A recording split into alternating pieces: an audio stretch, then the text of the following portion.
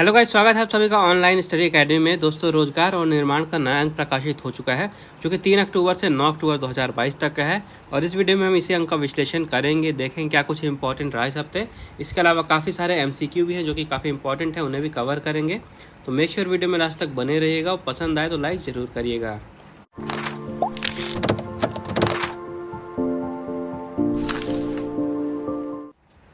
सबसे पहले शुरुआत करते हैं कुछ इंपॉर्टेंट करंट अफेयर से, जहां पे सबसे पहले न्यूज़ आ रही है हमारे डिफेंस क्षेत्र से।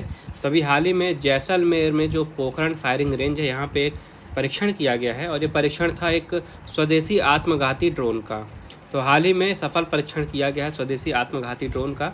याद रखने वाली बात यह है, इसे नाम दिया गया है ALS-50 lightning munition drone system. इसका सफल परीक्षण किया गया है। इसे बनाया गया है Tata advance defence system limited के द्वारा। और परीक्षण के दौरान यहाँ पे DRDO के वैज्ञानिक एवं जो सेना है, हमारी सेना है, वहाँ के अधिकारी भी मौजूद थे। इसके बाद बात करते हैं यहाँ पे भारतीय सेना और रक्षा भू सूचना विज्ञान और अनुसंधान प्रतिष्ठान यानी कि DGRI, इन्होंने संयुक्त रूप से सिक्किम राज्य में देश का पहला हिमस्खलन निगरानी रडार स्थापित किया है। ध्यान से सुनिएगा, भारत का पहला हिमस्खलन निगरानी रडार स्थापित किया गया है। कहाँ पे? सिक्किम राज्य में। ये 2 पॉइंट इंपॉर्टेंट है। क्यों इंपॉर्टेंट है? क्योंकि ये भारत का पहला भूस्खलन निगरानी रडार है। तो ये हिमस्खलन और इसके साथ ही साथ भूस्खलन का पता लगाने के लिए इसका यूज़ किया जाएगा। और रक्षा मंत्रालय के अनुसार बात की जाए तो ये जो रडार है, ये 3 सेकंड के भीतर ही इन सब चीज़ों का पता लगाने का क्षमता रखता है। इसके बाद यहाँ पे बात करते हैं भारत और भूटान की। तो कोविड के टाइम पे इन दोनों देशों की जो सीमा है, इसको बंद कर दिया गया था। मतलब लोग इधर से उधर नहीं आ पा रहे थे बिना वेरिफिकेशन के। तो अभी हाल ही में 2.5 साल के बाद फिर से भारत और भूटान की सीमा खोल दी गई है। तो अब जो सशस्त्र सीमा बल हैं, इसकी 6वीं बटालियन परिसर के जो कमांडर है लोकेश कुमार सिंह, इन्होंने इन्फॉर्मेशन दी है कि भूटान सीमा पे अर्धसैनिक बल की एक कंपनी तैनात की गई है और सुरक्षा जांच की जाएगी वहाँ पे। जो लोग भी भूटान से भारत आएंगे या फिर भारत से भूटान जाएंगे, और सुरक्षा जांच के बाद उनकी आवाजाही शुरू कर दी जाएगी। इसके बाद एक इम्पॉर्टेंट न्यूज़ और है यहाँ पे, हस्तशिल्प निर्यात संवर्धन परिषद यानी कि EPCH। तो इन्होंने लैटिन अमेरिका देश है ग्वाटेमाला, आपने नाम सुना होगा। तो यहाँ पे एक made in India trade show का आयोजन किया गया था। कहाँ पे? ग्वाटेमाला में made in India trade show का आयोजन किया गया था। तो इस आयोजन में भारत के लगभग 10 जो राष्ट्रीय शिल्पकार हैं और निर्यातक हैं, इन्होंने विभिन्न प्रकार के भारतीय कलाकृतियाँ और हस्तशिल्प, जैसे होम डेकोर हो गया, होम फर्निशिंग हो गया, फैशन, ज्वेलरी, एसेसरीज, इन सारे चीज़ों का प्रदर्शन किया है। तो इम्पॉर्टेंट है कि किस देश में ये शो आयोजित किया गया था। ग्वाटेमाला में आयोजित किया गया था। और बात करते हैं कि ग्वाटेमाला में अभी भारत के राजदूत कौन हैं। तो ये हैं डॉक्टर मनोज कुमार महापात्रा। इनका नाम क्यों इम्पॉर्टेंट है? क्योंकि इस जो ये फंक्शन था, प्रोग्राम था, इसका उद्घाटन इन्होंने किया था, जो भारत के राजदूत हैं ग्वाटेमाला में। इसके साथ ही जो उपराष्ट्रपति और कार्यवाहक राष्ट्रपति हैं गुइलेर्मो कैस्टिलो, ये ग्वाटेमाला के उपराष्ट्रपति भी हैं और कार्यवाहक राष्ट्रपति भी हैं, गुइलेर्मो कैस्टिलो। और इनके साथ ही साथ ग्वाटेमाला में जो भारत के राजदूत हैं डॉक्टर मनोज कुमार महापात्रा, इन्होंने इस कार्यक्रम का उद्घाटन किया है। इसके बाद DRDO यानी कि रक्षा अनुसंधान एवं विकास संगठन ने ओडिशा के चांदीपुर रेंज में एक very short range air defence system missile का सफल परीक्षण किया है। तो DRDO ने कहाँ पे किया है? ओडिशा के चांदीपुर रेंज में ये सफल परीक्षण किया है। तो ये चीज़ें आपको याद रखनी है। इसके बाद बात करते हैं, तो जो कोविड के टाइम पे गरीब लोगों को अनाज वितरण करने के लिए एक स्कीम लाई गई थी, जिसका नाम दिया गया था प्रधानमंत्री गरीब कल्याण अन्न योजना। ठीक है, प्रधानमंत्री गरीब कल्याण अन्न योजना। कोविड के टाइम पे अप्रैल 2020 के टाइम पे इसे लॉन्च किया गया था, इसे शुरू किया गया था।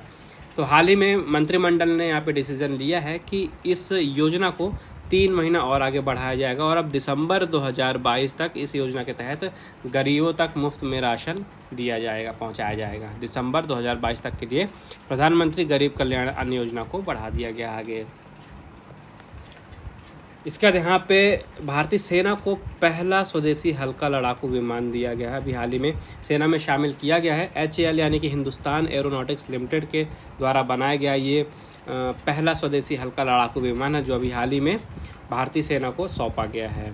तो आर्मी एविएशन कॉर्प्स के महानिदेशक लेफ्टिनेंट जनरल AK सूरी ने इन्फॉर्मेशन दी है कि सेना ने 1 जून 2022 को बेंगलुरु में अपनी लाइट कॉम्बैट हेलीकॉप्टर यूनिट बनाई थी और इस यूनिट को अगले वर्ष तक जो सेना है इसकी पूर्वी कमांड के तहत वास्तविक नियंत्रण रेखा LAC के पास शिफ्ट किया जाएगा।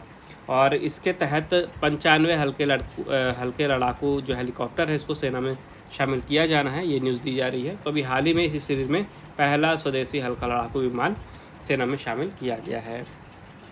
इसके बाद मध्य प्रदेश से न्यूज़ है। तो इंदौर में लता मंगेशकर जी की याद में एक संग्रहालय बना जाएगा। तो अगर MP का कोई एग्ज़ाम है तो यहाँ से काफ़ी इंपॉर्टेंट पॉइंट है ये, यहाँ से क्वेश्चन बन सकता है कि कहाँ पे लता मंगेशकर जी की याद में संग्रहालय बनना प्रस्तावित है। तो आपका आंसर हो जाएगा इंदौर। ठीक है। इसके अलावा जो मध्य प्रदेश के मुख्यमंत्री हैं श्री शिवराज सिंह चौहान जी, इन्होंने ये भी इन्फॉर्मेशन दी है कि इंदौर में जो संगीत महाविद्यालय है इसको लता मंगेशकर जी के नाम पे किया जा रहा है। तो ये 2 पॉइंट आपको याद रखने हैं। एक तो जो संगीत महाविद्यालय इनका नाम चेंज करके लता मंगेशकर जी के ऊपर रखा जाएगा। दूसरी चीज़ जो संग्रहालय बनेगा लता मंगेशकर जी की याद में, इसको इंदौर में बनाया जा रहा है। तो ये 2 पॉइंट आपको याद रखने हैं। इसका देखते हैं चर्चा में कौन कौन रहे हैं। तो सबसे पहले हैं doctor M Srinivas. Doctor M Srinivas चर्चा में है क्योंकि ये दिल्ली एम्स के निदेशक नियुक्त किए गए हैं। तो दिल्ली एम्स के पहले निदेशक कौन थे? इसके पहले निदेशक थे डॉक्टर रणदीप गुलेरिया, और अब डॉक्टर रणदीप गुलेरिया जी की जगह नए निदेशक नियुक्त हुए हैं डॉक्टर M श्रीनिवास। इसके बाद है नाथन पाउलिन। तो ये तार पे चलते हैं, आप जैसे कि पिक्चर में देख सकते हैं, फ्रांस के हैं नाथन पाउलिन। तो ये ऊंचाई पे तार बांधते हैं और उसके बाद उस पर चलने के शौकीन हैं।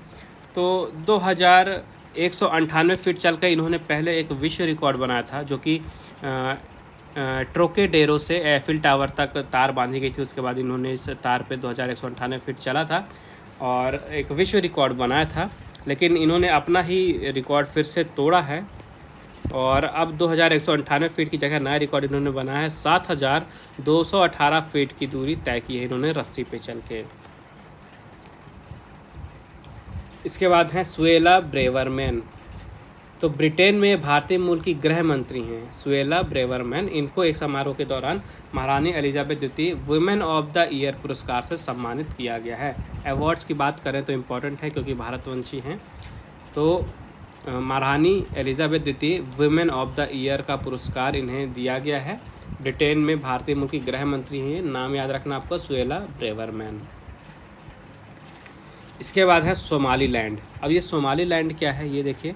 तो आपने सोमालिया कंट्री सुना होगा, तो सोमालिया कंट्री से अलग हो गया एक पार्ट जिसको नाम दिया गया है सोमालीलैंड। तो यहाँ पे जो राष्ट्रपति के चुनाव थे इसको नवंबर में कराया जाना था, राष्ट्रपति के लिए चुनाव, लेकिन अभी इन्फॉर्मेशन दी गई है कि जो राष्ट्रपति के चुनाव हैं ये अगले साल तक के लिए यहाँ पे टाल दिया गया है। इसके बाद एक हीरा है जिसका नाम है फॉर्च्यून पिंक।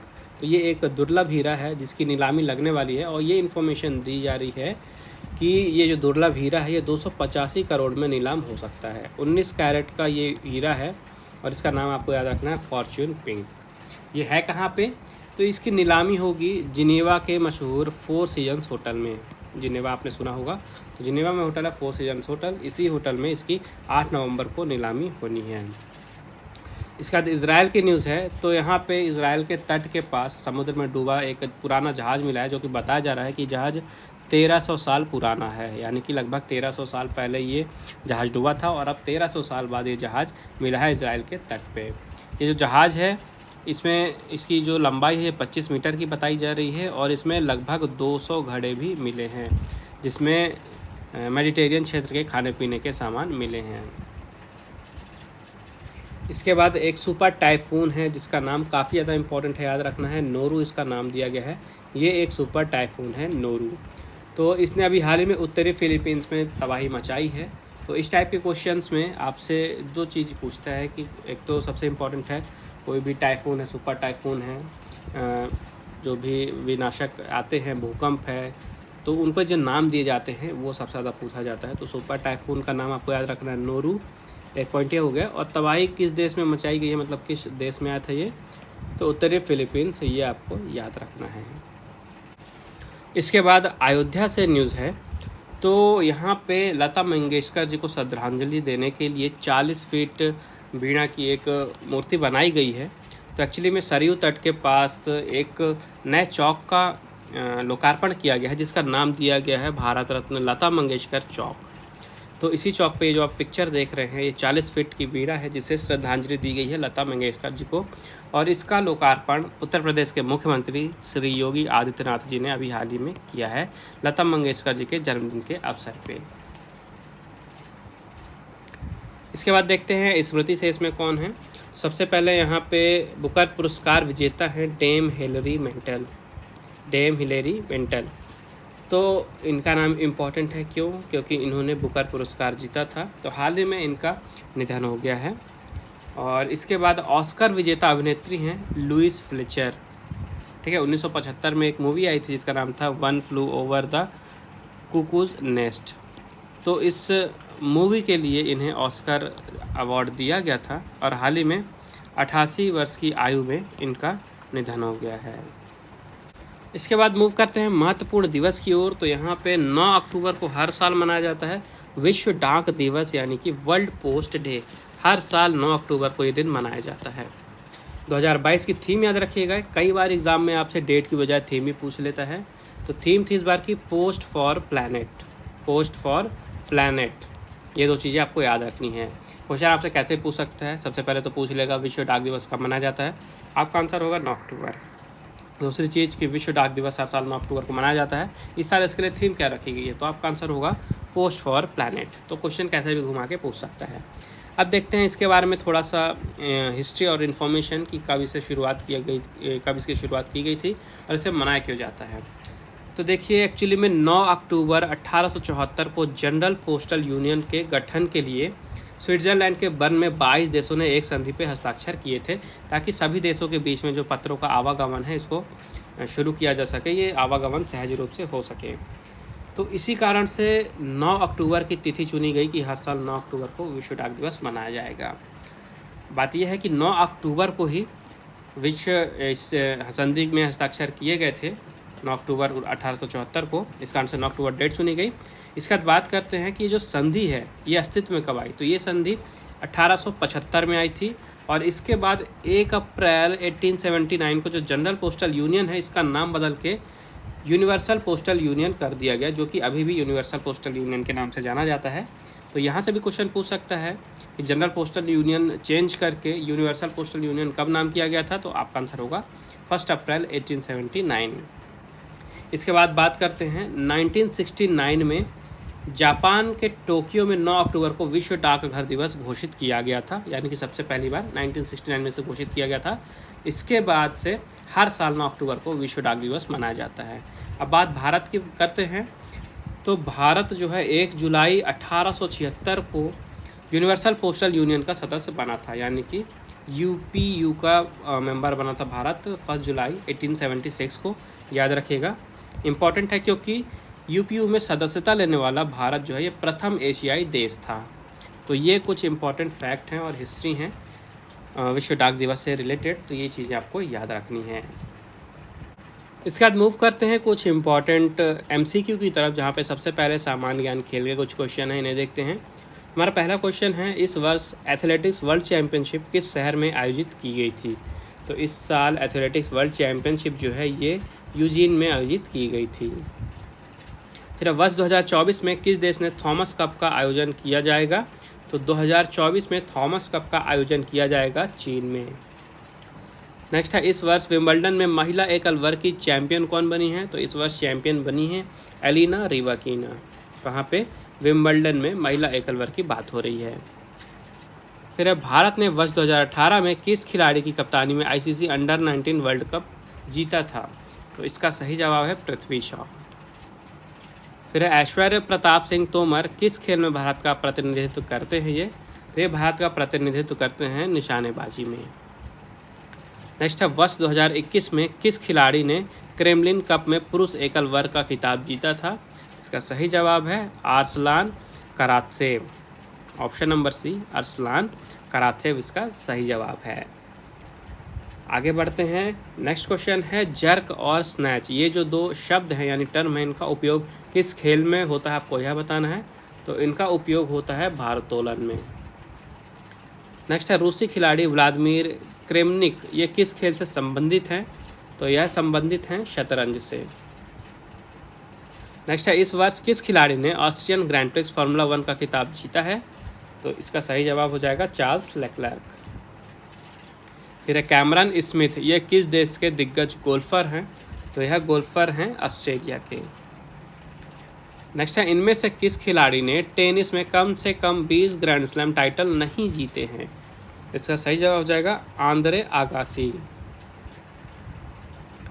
फिर है, T20 अंतर्राष्ट्रीय क्रिकेट में शतक बनाने वाले सबसे युवा बल्लेबाज कौन हैं? तो सबसे युवा बल्लेबाज हैं गुस्ताव मैक्यून। फिर इस वर्ष फ्रेंच सुपर कप का खिताब जो है ये किस फुटबॉल क्लब ने जीता है? आपको यह बताना है। तो इस वर्ष इस खिताब को जीता है पेरिस सेंट जर्मेन ने। फिर है, इस वर्ष जूनियर वर्ल्ड कुश्ती चैंपियनशिप में किस भारतीय पहलवान ने स्वर्ण पदक जीता है? तो इस वर्ष स्वर्ण पदक जीता है अंतिम पंघल ने। फिर है, वर्ष 2021 में सोफिया ओपन में पुरुष एकल वर्ग के चैंपियन कौन बने थे? तो चैंपियन बने थे जेनिक सिनर। फिर है, टोक्यो ओलंपिक में किस देश ने निशानेबाजी में सबसे ज़्यादा स्वर्ण पदक जीते हैं? निशानेबाजी की बात हो रही है और आपको बताना है कि निशानेबाजी में सबसे ज़्यादा स्वर्ण पदक किस देश ने जीते थे? सबसे ज़्यादा स्वर्ण पदक जीते हैं चीन ने। फिर है, मोहम्मद सालाह, ये किस देश के दिग्गज फुटबॉलर हैं? तो यह फुटबॉल खेलते हैं मिस्र के लिए। फिर है, रणजी ट्रॉफी में सबसे ज़्यादा रन बनाने वाले बल्लेबाज कौन हैं? तो सबसे ज़्यादा रन बनाने वाले बल्लेबाज हैं वसीम जाफ़र। फिर है, इस वर्ष विजेंदर सिंह ने प्रोफेशनल मुक्केबाजी में किस मुक्केबाज को हराया है? तो इसका सही जवाब है एलियासु सूले। फिर है, कैरोलिना गार्सिया, ये किस देश की अनुभवी महिला टेनिस खिलाड़ी हैं? आपको यह बताना है। तो यह टेनिस खेलती हैं फ्रांस के लिए। फिर है, हाल ही में इनमें से किस महिला टेनिस खिलाड़ी ने खेल से संन्यास लिया है? तो ये मैंने ऑलरेडी आपको कवर कराया था। हाल ही में सेरेना विलियम्स ने टेनिस से संन्यास लिया है। फिर है, वनडे अंतर्राष्ट्रीय क्रिकेट में सबसे ज़्यादा शतक बनाने वाली महिला क्रिकेटर कौन है? सबसे ज़्यादा शतक बनाए हैं, महिलाओं में बात हो रही है, तो ये है मैग लेनिंग के नाम ये रिकॉर्ड। फिर है, रग्बी की शीर्ष संस्था वर्ल्ड रग्बी का मुख्यालय किस शहर में स्थित है? तो यह मुख्यालय है डबलिन में। नेक्स्ट है, बायर्न मुनीख को छोड़कर रॉबर्ट लेवेंडोस्की किस क्लब के लिए खेल रहे हैं अभी प्रेजेंट में? आपको यह बताना है। तो अभी वर्तमान में ये खेल रहे हैं बार्सिलोना के लिए। नेक्स्ट है, एशिया कप 2022 में श्रीलंका की क्रिकेट टीम के कप्तान कौन थे? तो श्रीलंका की क्रिकेट टीम के कप्तान थे दासुन सनाका। इम्पॉर्टेंट है क्यों? क्योंकि 2022 का जो एशिया कप है, जो कि क्रिकेट की बात हो रही है, तो एशिया कप श्रीलंका ने ही जीता है। मैंने आपको ऑलरेडी बताया था, श्रीलंका ने पाकिस्तान को हरा के इस साल का एशिया कप जीता है। तो इस समय कप्तान है श्रीलंका के दासुन सनाका। इसके बाद बात करते हैं मध्य प्रदेश सामान्य ज्ञान के कुछ क्वेश्चन हैं इसके बारे में। तो सबसे पहला सवाल है, कालिदास सम्मान यह किस क्षेत्र में दिया जाता है? जो कालिदास सम्मान है ये साहित्य के क्षेत्र में दिया जाता है। इसकी शुरुआत हुई थी 1980-81 के दौरान, और ये जो सम्मान है इसके विजेता को 1 लाख रुपए दिए जाते हैं। फिर है, तानसेन संगीत समारोह है, आपको बताना है ये मनाया कहाँ जाता है? तो तानसेन संगीत समारोह मनाया जाता है ग्वालियर में, और इस सम्मान में भी पुरस्कार के रूप में 1 लाख रुपए की राशि विजेता को दी जाती है। फिर है, मलाज खंड खदान है, ये किस खनिज से संबंधित है? यह बताना है। तो मलाज खंड खदान जो है ये तांबा से संबंधित है। ये एशिया की सबसे बड़ी तांबे की खदान है, और जो मलाज खंड खदान है ये मध्य प्रदेश के बालाघाट जिले में है। तो ये पॉइंट्स अभी आपको याद रखने हैं। फिर है, निम्नलिखित में से कौन सा जिला नर्मदा नदी के मार्ग में नहीं आता है? तो जो विदिशा है यह जिला मध्य प्रदेश के उत्तर मध्य में है, और जो नर्मदा नदी है ये मध्य प्रदेश के पश्चिम पूर्व और उत्तर में बहती है। इस कारण से जो विदिशा है यह नर्मदा नदी के मार्ग में नहीं आता है। इसके बाद है, पवित्र शहर महेश्वर, यह किस जिले में है? तो यह है खरगोन में।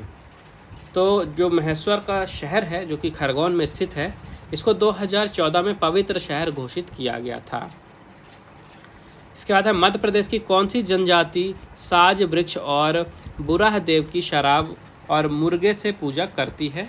तो यह जनजाति है बैगा। ये जो जनजाति है ये साज वृक्ष और बुरह देव की शराब और मुर्गे से पूजा करती है। ये जनजाति है बैगा। तो जो बुरह देव हैं ये बैगा जनजाति के प्रमुख देवता हैं, और जो साज वृक्ष है ये तो वृक्ष है, इसकी भी पूजा की जाती है। तो जो बैगा जनजाति है ये लोग नारियल, बकरी, मुर्गा, शराब ये सब चढ़ा के इनकी पूजा करते हैं। फिर मध्य प्रदेश का पहला जीवाश्म राष्ट्रीय उद्यान किस जिले में है? तो मध्य प्रदेश का पहला जीवाश्म राष्ट्रीय उद्यान है डिंडौरी में। इसकी स्थापना 1968 में हुई थी। इसके बाद दूध लोटवा, यह एक विवाह है। आपको बताना है कि यह विवाह किस जनजाति में होता है।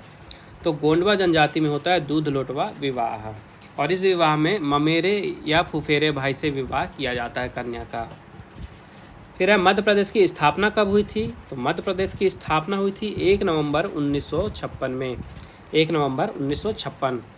तो मध्य प्रदेश की स्थापना जो है 1950 में ब्रिटिश क्षेत्र बरार, मकराई और छत्तीसगढ़ राज्यों से मिलाकर की गई थी, और इसकी जो राजधानी है नागपुर रखी गई थी।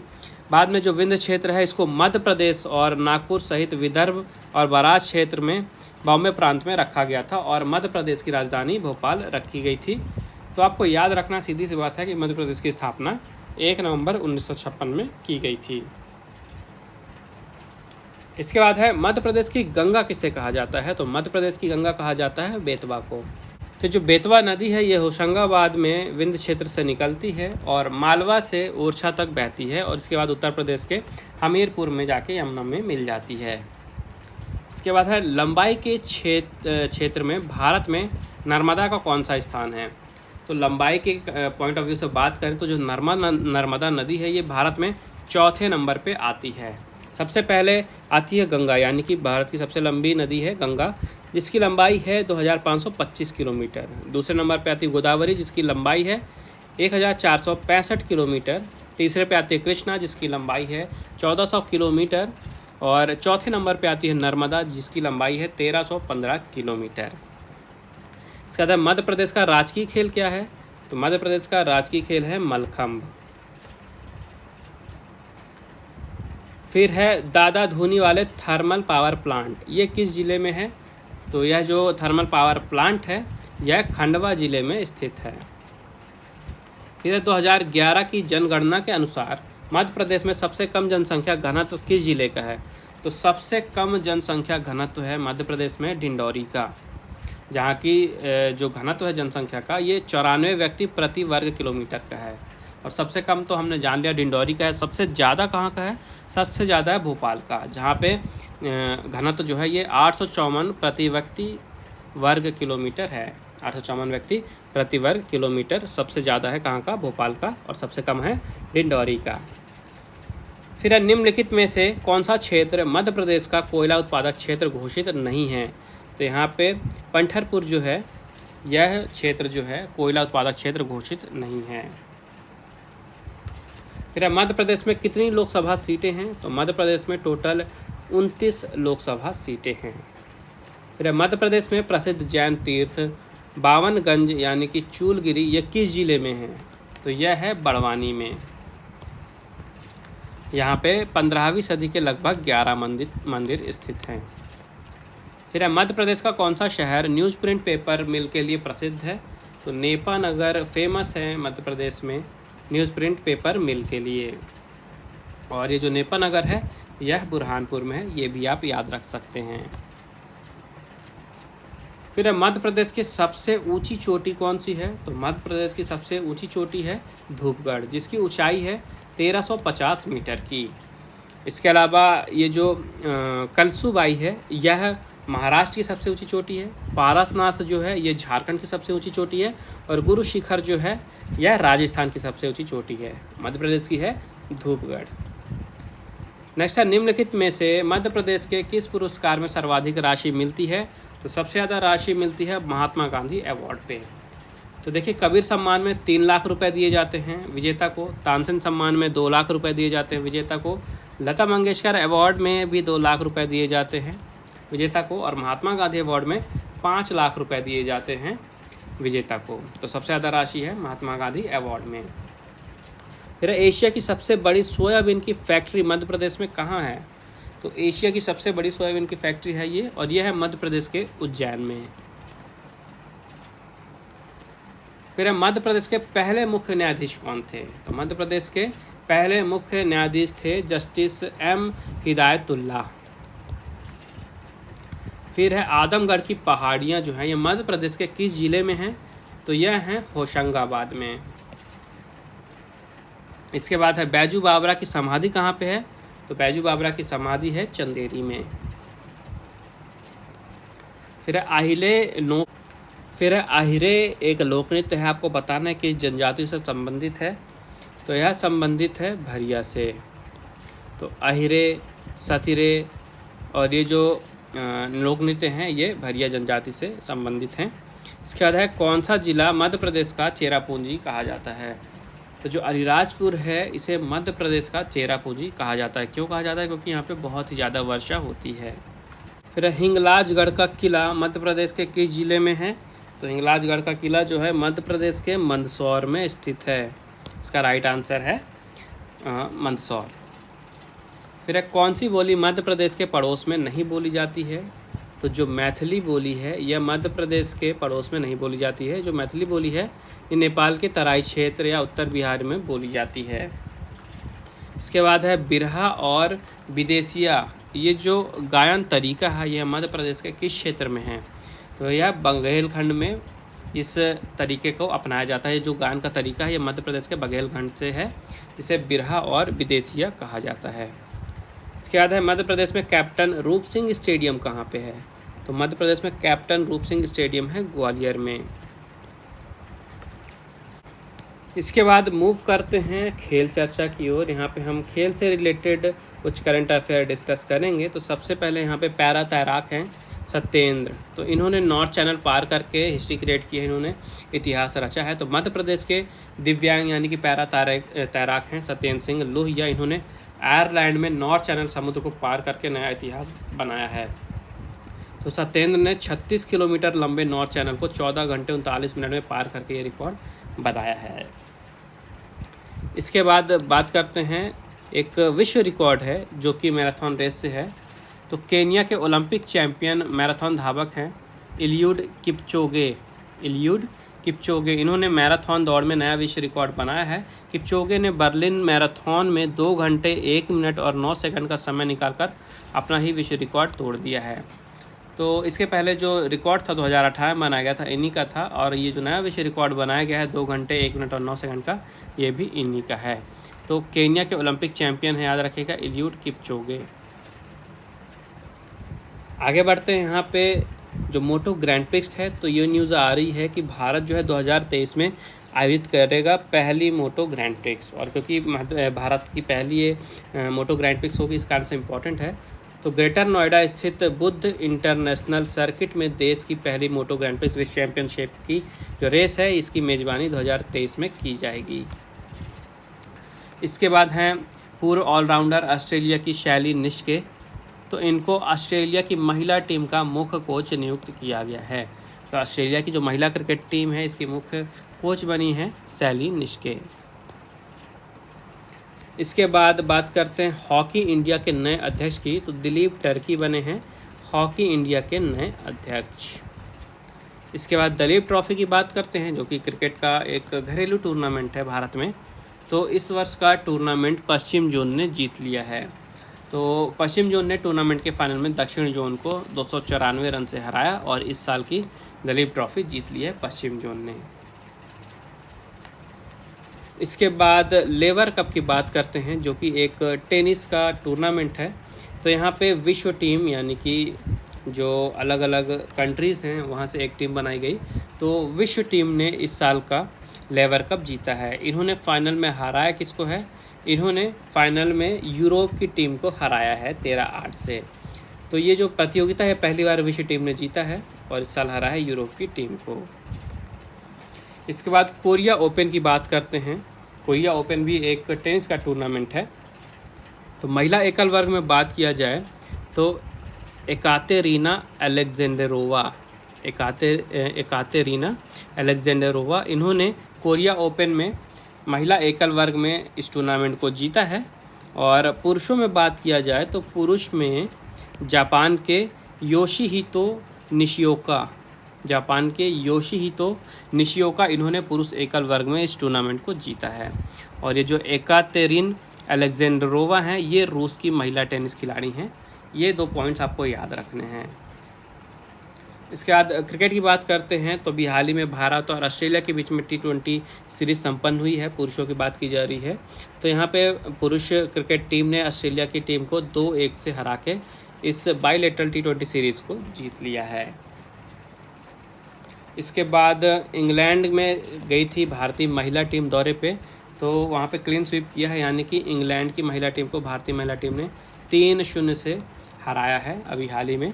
यहाँ से आपको याद रखना है कि भारतीय गेंदबाज हैं दीप्ति शर्मा, इन्होंने चार्ली डीन को रन आउट किया था, जो कि काफ़ी ज़्यादा यहाँ पे विवाद पे रहा था। तो इनका नाम आपको याद रखना है, दीप्ति शर्मा को क्वेश्चन में पूछ सकता है कि किस खेल से संबंधित हैं, ठीक है। तो काफ़ी ज़्यादा चर्चा में रहा था ये आउट करने का जो तरीका था, तो इस कारण से चर्चा में रही हैं, तो इनका नाम कहीं ना कहीं इंपॉर्टेंट हो जाता है। इसके अलावा जो भारत की तेज गेंदबाज हैं झूलन गोस्वामी, इन्होंने क्रिकेट से संन्यास ले लिया है। इनका आखिरी मैच था ये लॉर्ड्स में खेला गया था जो, तो ये पॉइंट्स भी आपको याद रखने हैं यहाँ से।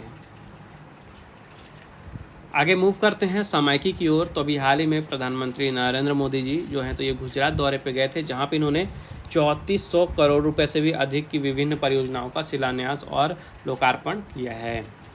तो यहाँ पे जो इम्पोर्टेंट चीज़ है ये याद रखिएगा कि दुनिया के पहले CNG टर्मिनल और ब्राउनफील्ड पोर्ट का आधारशिला रखा गया है।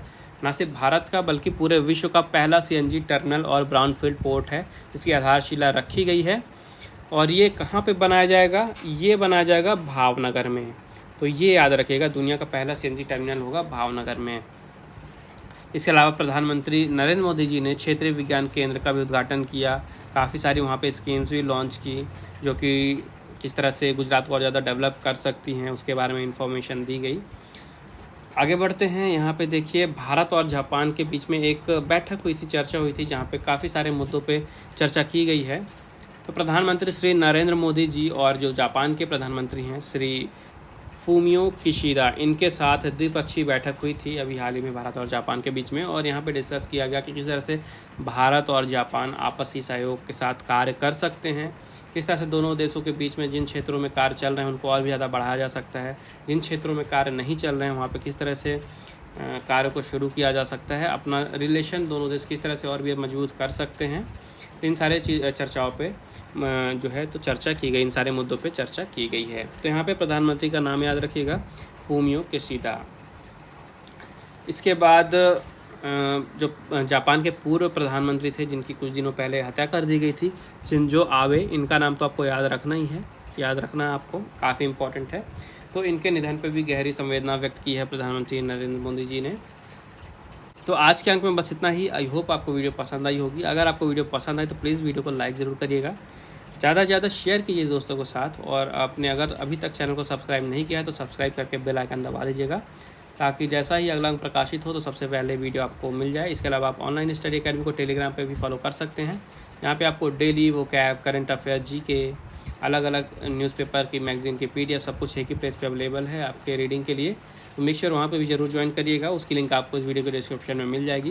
बाकी मिलते हैं अगले अंक के प्रकाशन के बाद, तब तक के लिए take care and thank you guys.